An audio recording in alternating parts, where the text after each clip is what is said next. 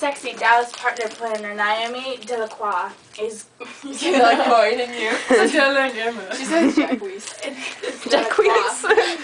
Jacques. Good at her job, but lately she has had trouble finding clients.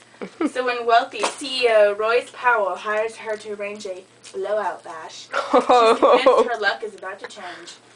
Who cares if Royce is one of the sexiest men Naomi ever met? She's not going to let her little crush, or the fact that Royce constantly hits on her, distract her from pulling off such a major social event. But when Royce and Naomi start working together, her attraction to the high-dollar hottie becomes almost impossible to ignore. Soon, Royce and Naomi fly out on Royce's private jet to an isolated mountain resort to scout out a possible location for the party. And when Royce reveals his plans to share a room with Naomi, she's very tempted to take him up on the enticing offer. Mixing business with pleasure. What does it mean when the red light's blinking? It's going. Oh, okay. After finishing our tour of the resort, Royce convinced me to go with him to the bar on the first floor of the lodge and discuss the event. I knew I needed to keep How do I zoom in? our relationship professional, but one drink wouldn't hurt. He picked out a table in a scheduled corner, or secluded. Secluded corner, my bad. You look gorgeous, Royce said. I love it when you wear your hair down. I brushed my long, shiny black hair behind my shoulders. I tried to ignore his comment, but I could feel myself blushing. Let's get down to business, I said. As great as this place is, it won't work for the party. Why not? Roy asked. I love the fresh mountain air. Well, the area for the party isn't large enough. Besides, how would we get guests here? I'll fly them out in my private jet, he said. You can fit 300 people in your tiny plane, I protested. We'll make it a small gathering.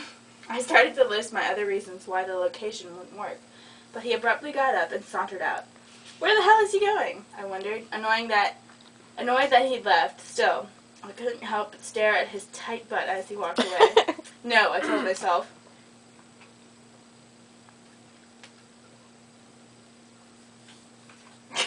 This is the dramatic pause. Yes, this is a very dramatic pause.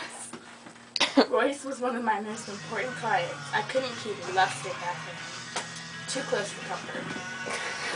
I sat there fuming for what felt like forever until Royce returned with 2 glasses of white wine. Where were you, I asked, and why did you just walk off like that? He put a glass in front of me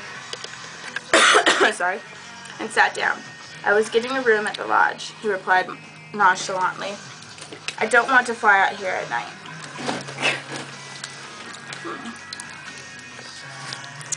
Sorry, I'm reading the top part. I shook my head. Getting a room? As in one? That's right. He leaned forward, reached under the table, and trailed his fingers along my inner thigh. Oh. There was a mischievous... I have a rash there. You just, come on, seriously? There was a mischievous glint in his blue eyes. I looked around to make sure no one was watching us. What are you doing? I whispered. Seducing you, he answered. I tried to push his hand away, but he kept it in place. Ever since we met, we've been building to this point, and you know it. As soon as I saw you, I wanted to strip you down and taste you all over.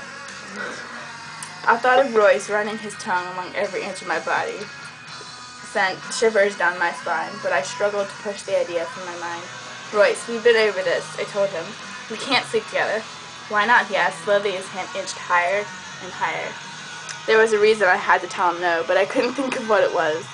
I need to make sure the party will be perfect, which means I can't get distracted. I whispered, remembering again. Shit.